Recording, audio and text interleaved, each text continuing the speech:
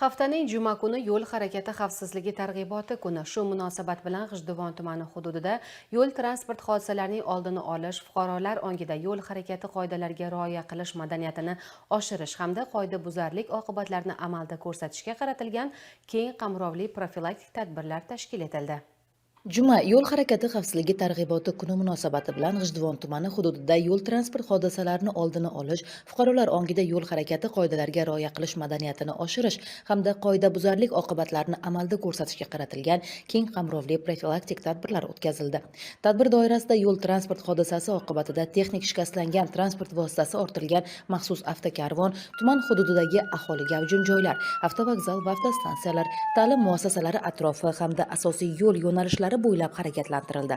Ushbu namoyish orqali haydovchilar va yo'lovchilarga tezlikni oshirish, qoidaga rioya qilmaslik, e'tiborsizlik va ehtiyotsizlik qanday qilib og'ir oqibatlarga olib kelishi mumkinligi ochiq va ta'sirchan tarzda ifoda etildi. Mazkur usul fuqarolarda katta taassurot qoldirib, yo'ldagi har bir harakat mas'uliyat ekanini yana bir bor eslatdi. Tuman hududidagi yo'llarda haydovchilar bilan to'xtab, yuzma-yuz profilaktik suhbatlar o'tkazildi.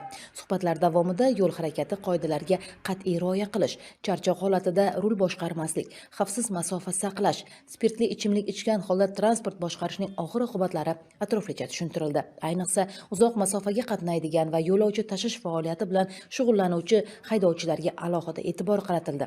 Yo'lovchi tashish faoliyati bilan shug'ullanuvchi haydovchilar bilan o'tkazilgan uchrashuvlarda ularning mas'uliyati yanada yuqori ekanligi ta'kidlandi. Chunki har bir haydovchining qonunbuzarligi o'nlab insonlarning hayotiga xavf solishi mumkin. Mazkur tadbirlarning asosiy maqsadi esa yo'l harakati qoidalariga beparvolik bilan qarash qanday fojiali oqibatlarga olib kelishi mumkinligini jamiyatga yana bir bor eslatish, har bir ishtirokchining ongida yo'l qoidasi hayot qoidasi ekanligini mustahkamlashdan iborat.